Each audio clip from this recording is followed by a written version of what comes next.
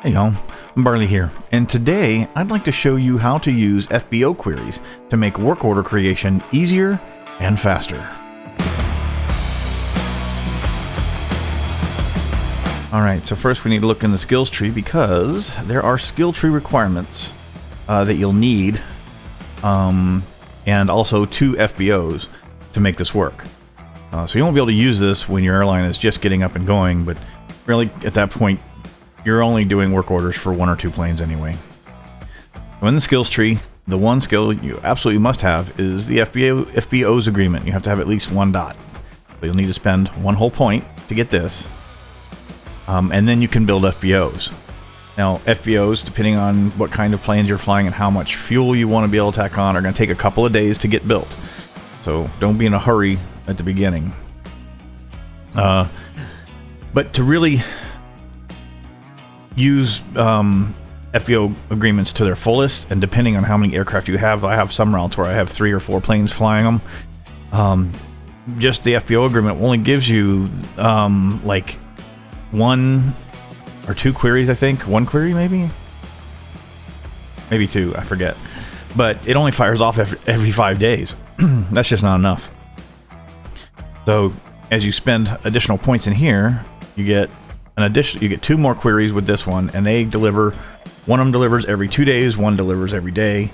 Then you put another dot and you get 5 total queries, and everything after the first 3 delivers every day. And these deliver every day, and now you're up to 8, so you can get up to 10, where 7 of them are firing off every day, and 3 of them, well, one's firing off every 5, and these 2 are firing off every 2 days and every 1 day. So I guess actually it's 1 every 5 days, 1 every 2 days, and then the other 8 are all every day.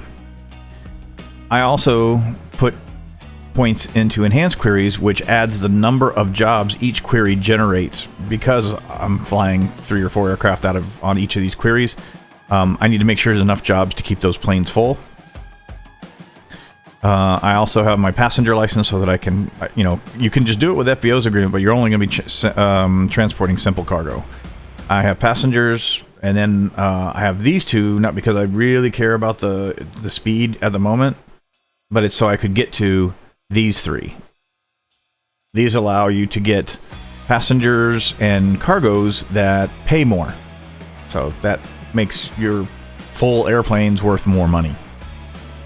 You will, if you're going to use AI, then you'll need to have the hiring agreement, and nothing else.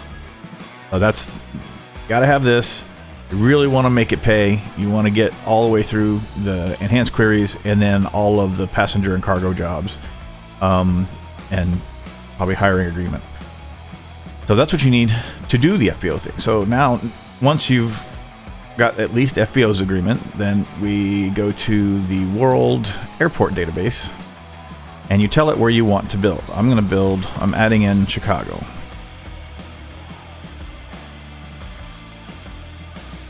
Okay, so, and once you're here, if you're sure this is the airport where you want to create it, this is O'Hare, you hit the create an FBO. Tells you to fully exploit it, you need the workshops agreement or the fuel seller agreement.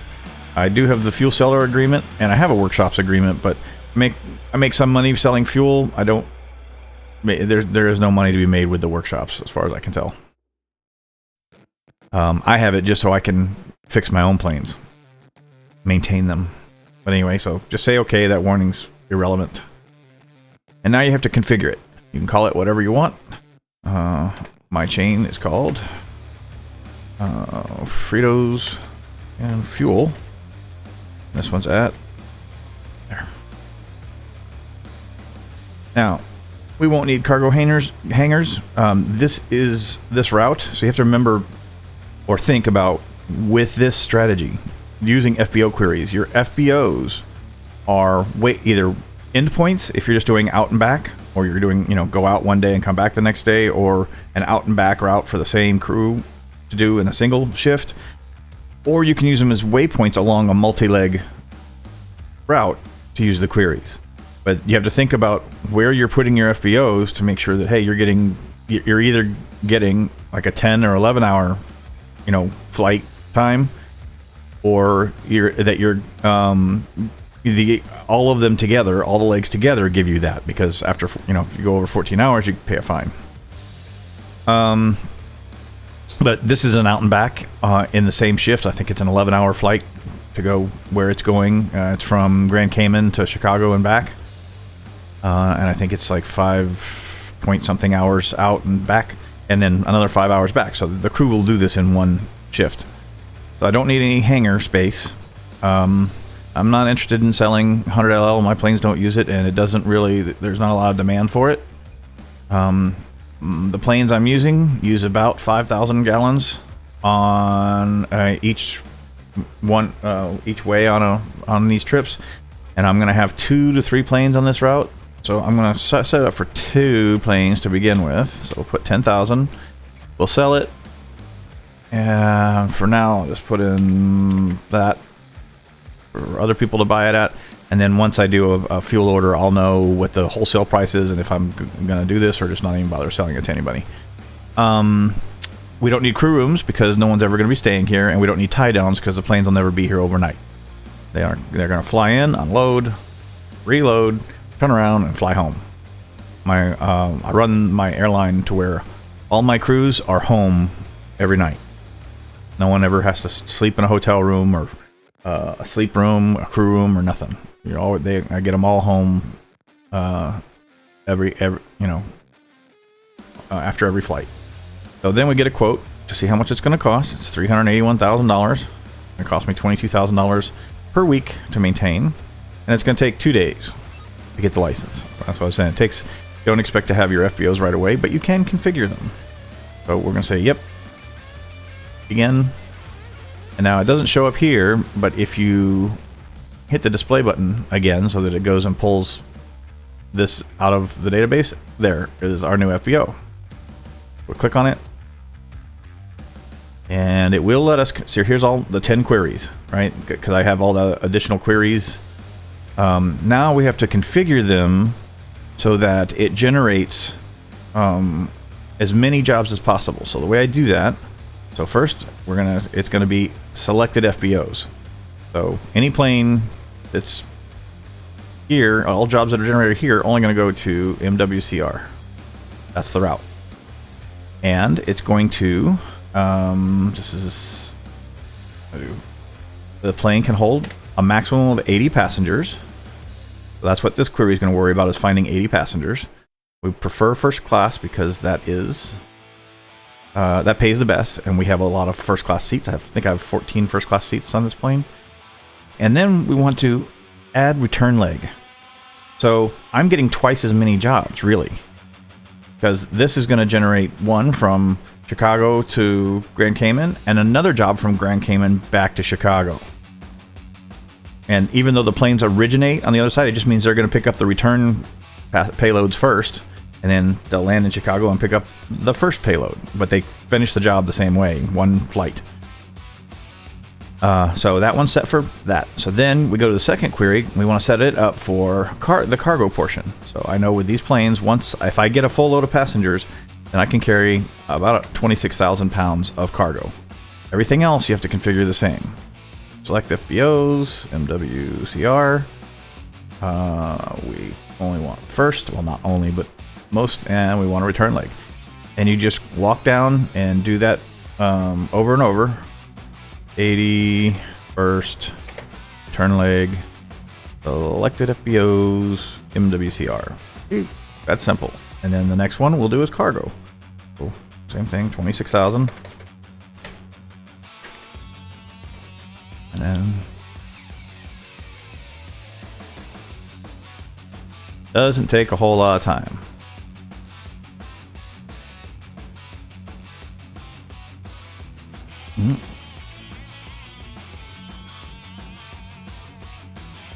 You can see that, well, you can't really hear, but it's going to generate these jobs as soon as I hit Save Queries Parameters.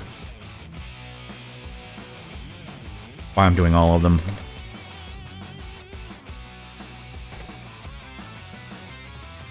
Oh, that wasn't right at all. And this is supposed to be cargo, right? Yes. 0. put that in the wrong place. First return leg. Selected FBOs. MWCR. Now passengers.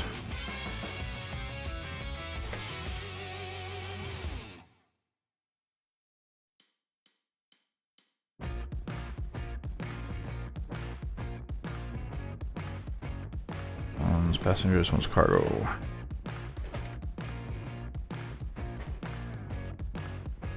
And of course that doesn't really matter on the cargo ones, but in case I change my mind later and I just want more passengers, then it's there. And this is passengers.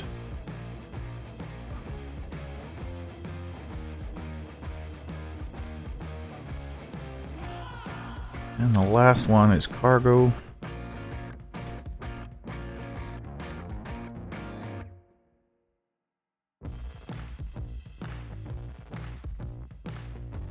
All done. You have to hit this. Now they're all saved. Okay. So what do we get for all this trouble, you might ask? I'm gonna have to see. We go FBO query. I'm gonna have to come. I don't know if it's gonna pick up the new FBO right away, or if I'm gonna have to close this window and reopen it. We're gonna see. It may not show up in the list is my concern. Okay, so let's see if we get KOR'd. Yeah, see it's not here.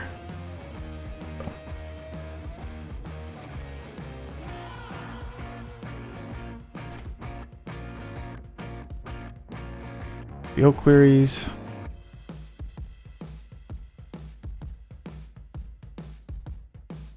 And I don't have the plane for this route yet, so I'm not going to do a work order. I am going to do a work order, but not for this route. I just wanted to see if it even, to show you that it shows up somehow, some way, somewhen. Okay, now, does KOR'd show up? There it is. And immediately, even though the FBO, you don't even have the FBO license yet.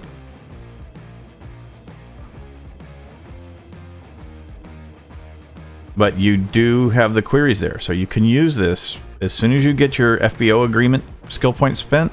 You build 2 FBOs, so you can try this is my route, right? Those are the endpoints. So they fly this one way, drop, come back.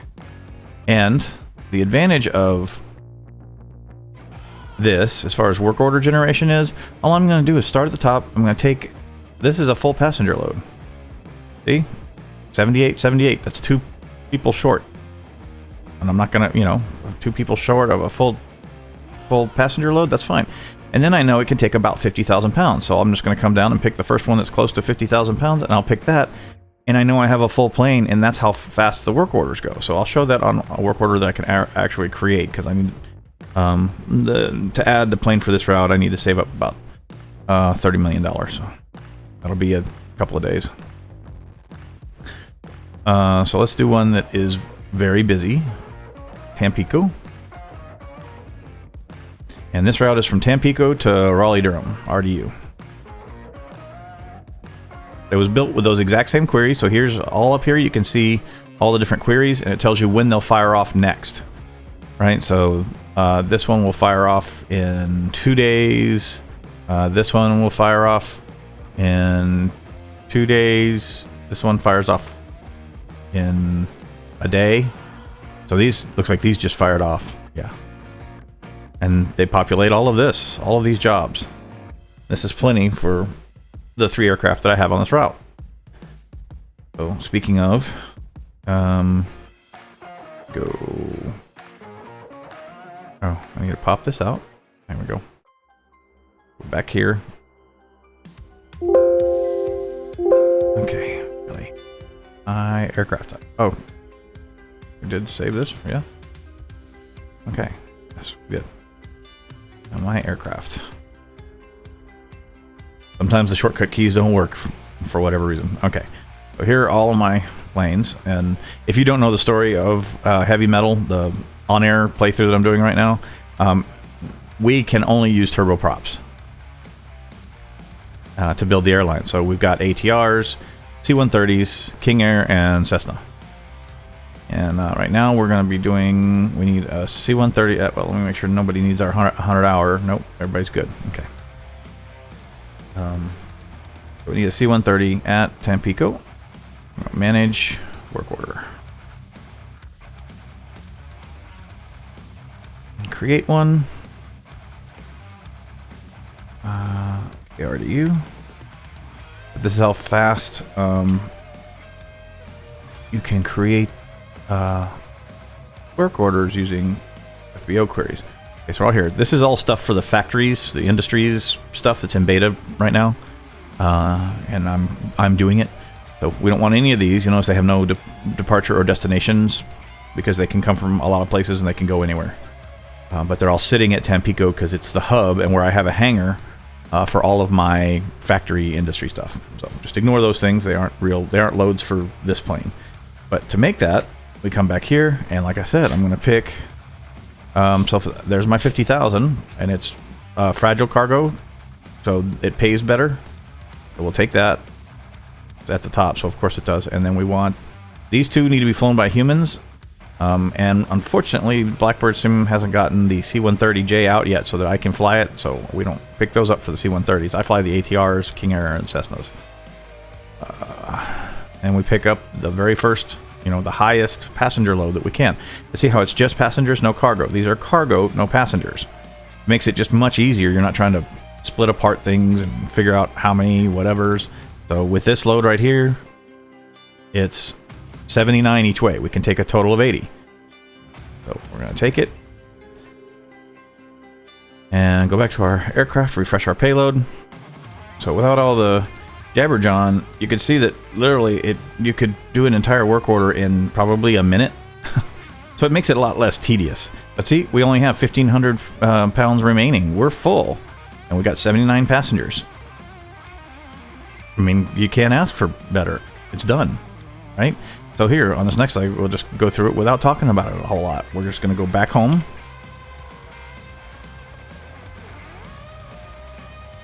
Put on the required amount of fuel, and we're going to go to sleep when you get home, right? Because they're going to be 10 hours worth of flying by the time they get home.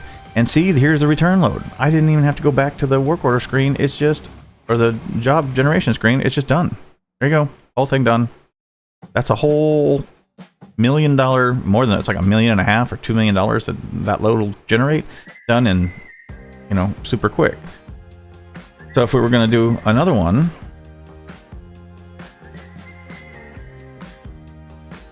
all right, now we'll just do one quickly without all the jibber jabber. Now this is going to be the Boston route, which is from MWCR, so work order, and we go over here. We set it for FBO queries, and then tell it we want to do the Boston route.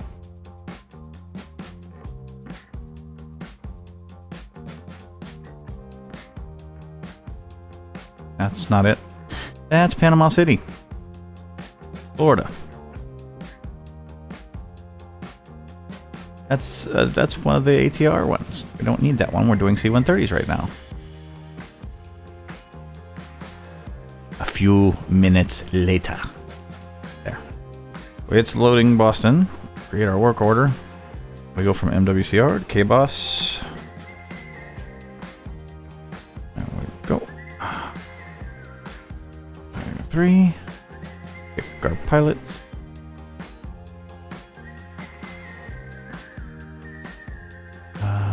No sleeping yet. We don't have any payloads yet because we haven't done.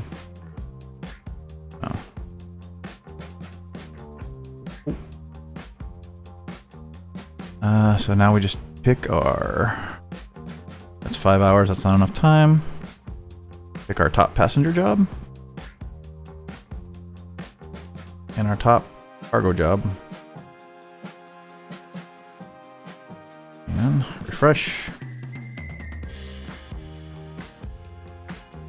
Add a leg. To return home.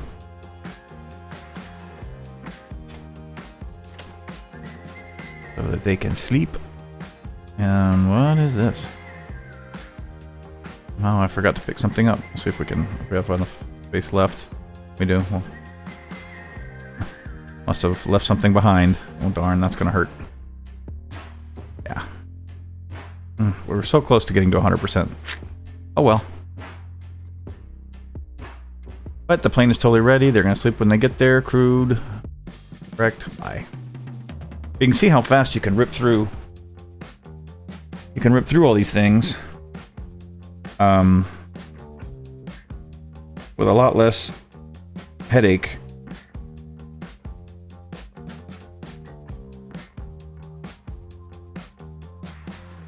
Okay. A lot less of a headache. Now, I'm going to show one where instead of it just being an out and back, it's a more complicated route.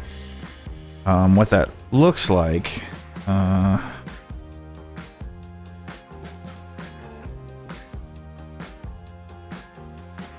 So let's see, which one will we do first? I'll get rid of all these airports. And the employees, there we go. We're going to go from Grand Cayman, then we're going to go through the Yucatan, Cozumel, Cancun. If you saw the Day in the Life series, I'm going to do, this is that route. So Cozumel, Cancun, Mexico City, then back through that. And I'm using FBO queries the whole way. Okay, so let's go. Aircraft map, aircraft screen. Now I need an ATR. That's at MWCR. Here we go. So we manage work orders. And then we're going to set this up. MMCZ. Cozumel. Create a work order. That's the first stop. Cozumel. Or 29. Need a couple of pilots. There's Arena. Oh, no, we used Arena. Let's go from the bottom then. Let's, Mary and Mary. And then go from the bottom just so we don't end up... Rita can go with them. Only need one flight attendant because we max 62 passengers so that we get a little more cargo and so that I don't have to carry an extra flight attendant. Trying to be a little more efficient. Okay, so now we need to put a load on. So from MMC, this is basically, it's both ways. So again, we take our max passenger load. There's enough time to complete that. And then, there we go. Refresh. So even on these multi-leg ones, it's that easy, right? And if you wanted to, like, there's not really any more first class space, so no, we're good. You could shove a little more cargo on here, but it's just not worth the time to mess with. So just go to our next leg, which is Cancun. 181. All that's the same. And here, definitely heavy use of filters so you don't accidentally pick up wrong stuff, but we don't have anything there because we have not turned this on to Cancun yet.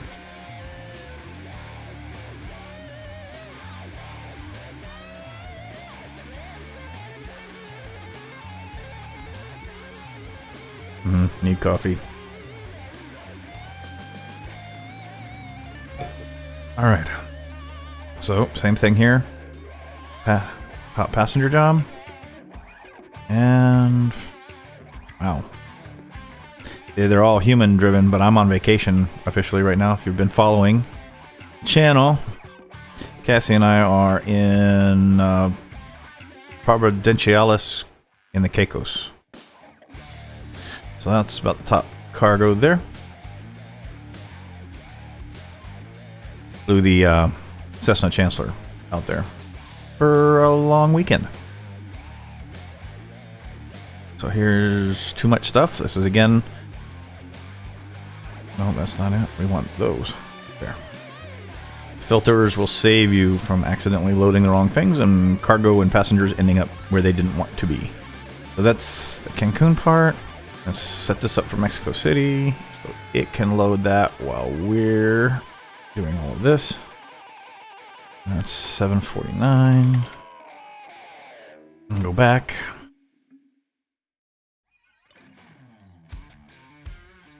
And the advantage to doing the, it does the return leg jobs. is that this is the last time we have to come to the query screen for this whole trip. Everything else is already set. So we need top passenger job and the top cargo job. Fresh. And then we want to Mexico City. All good.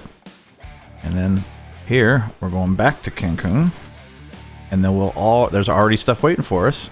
I need to get enough fuel though. Go. Set the fuel on this one. Yes, I did. Okay. So that's done. Now to Cozumel.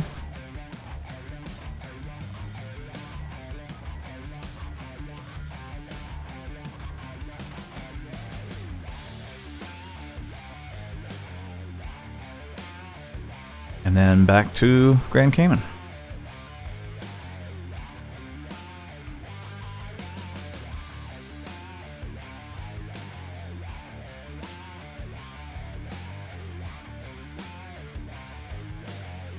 There, that whole complicated trip, 6 legs, took me 11.4 flight hours to fly it.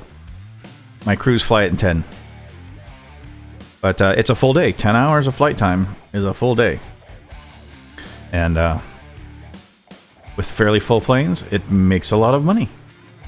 But that's it. That's the whole work order. Done. Just to tell them to go to sleep when they get there. And activate. So even complicated multi-leg trips like this, the FBO queries really make a difference in how fast. And I literally just picked the top passenger job, top cargo job, load it. Done. And you can see how quickly we went from, there was 1 work order when we got here, to 5. And you can just pound these things out. So you've seen a multi-leg, you've seen an out and back. There's really not much more to show. Oh really? You're not gonna... Oh, right. How quickly and easily you can get multiple aircraft in the air flying your stuff. So to get all my aircraft going, if I just sit down and do it, it's about 20 minutes in the morning, and then at lunch I'll do another 10 to put a few more in the air, and then in the evening another full load, and you can keep a lot of planes flying a pretty substantial amount of the time.